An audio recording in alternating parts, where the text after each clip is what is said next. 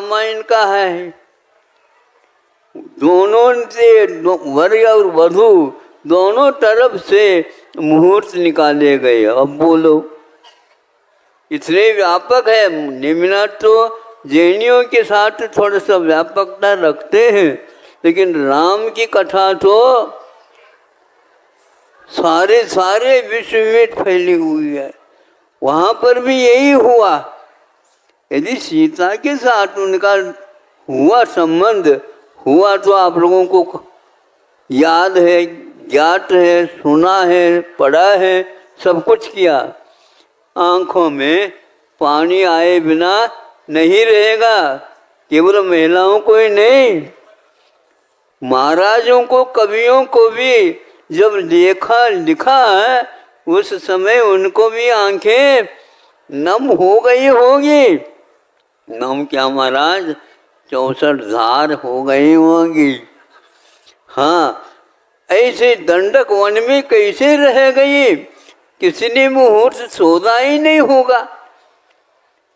बताओ महाराज, आप मुहूर्त अच्छे निकाल दो, हमारा भी कार्य अटके नहीं। ऐसे भैया वहाँ जाओ वो लोग जानने वाले हैं और वहाँ पर ठीक नहीं निकल पा रहा है, इसलिए मुहूर्त के नहीं देखना चाहिए। इसके मैं पक्ष नहीं कर रहा हूँ, लेकिन जो होता है वह कर्म की रेखा के समान ही होता है। किसी प्रकार हमें समझना चाहिए, कोई भी कार्य बिगड़ भी गया तो हमारे कर्म का उदय है। ठीक है ना? आपको बात समझ में आ रही है? और हमारा कर्म का उदय है और हमें तो भोगना ही पड़ेगा, किसी से रुक नहीं सकता। अरे महापुरुषों को जब वह नहीं छोड़ता है, फिर हम कौन से वन की मूली है बताओ? हाँ, आप लोगों को यह विषय समझ में आ गया, क्योंकि मुझे बहुत बार बार ये खटकता है। तो हमने कहा भैया अपने कांटा स्वयं ही निकाल लो। अब आप लोग जाकर के कहेंगे देखो सुनो, यह ब्याह का जो विषय है यह अपने अपने कर्मों के अनुसार ही होता है। हाँ, इसमें आप कैसे भी मुहूर्त निकालो, मुहूर्त निकालने के उपरांत शादी हो भी जाए तो भी वही जो होगा फल कर्म के अनुसार होगा। और इसके ऊपर विश्वास जो रखता है वही विवाह के लिए हाउ कह देता है। यदि यह जिम्मेदारी लेने की क्षमता नहीं है, किसी को बाध्य नहीं करो। क्या समझे? आपके कहने से तो हम तो फंस गए। कभी कभी आपस में थोड़ा सा संघर्ष हो जाता है तो आ करके कहते, पति पत्नी दोनों आ गए, नमस्ते महाराज आशीर्वाद दे दो। क्यों, क्या बात हो गई? क्या क्या बात हो, आप तो समझते हैं ही नहीं। आपको तो ज्ञात है ही ना, आपको ज्ञात कराने से क्या मतलब? न फिर भी कुछ हमें कह दो ताकि थोड़ा सा हल्का हो जाए।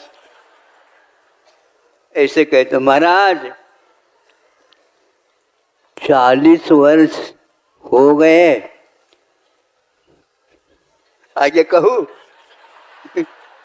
40 वर्ष हो गए झेलते हुए।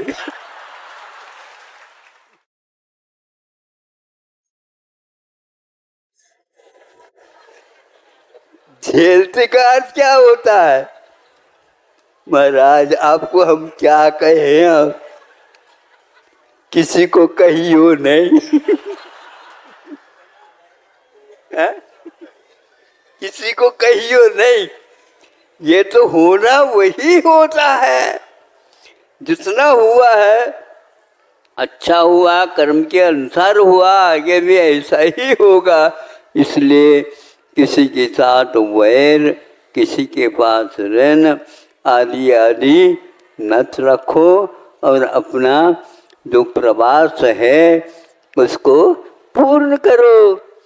कभी भी दुख में और सुख में धनवानी कहती है, बेटा तुम रो नहीं और हंसो नहीं। ये एक पिक्चर है, ये एक सिनेमा है, ये एक नाटक है। उसके अनुसार मंच पर करना होता है। भले ही कोई आंसू नहीं पहुंचने वाला है तो स्वयं ही नहीं समझे, स्वयं ही करो। और दूसरे को करते समय दूसरे के सामने हाथ रखो, वो देख न सके, क्योंकि सबका यही पुराण है। इस प्रकार अपने कर्मों को भोगने के लिए यहाँ पर आए हैं, तो अपना धर्म का भी अनुपालन करो। और याद रखो, बड़े बड़े महापुरुष कदम उठाएं तो वह कभी पीछे नहीं लेते हैं, उन्हीं के वंशज हो आप। इसलिए ये परंपरा, वंश परंपरा से जो काम हो रहा है ये बहुत सौभाग्य से हो रहा है।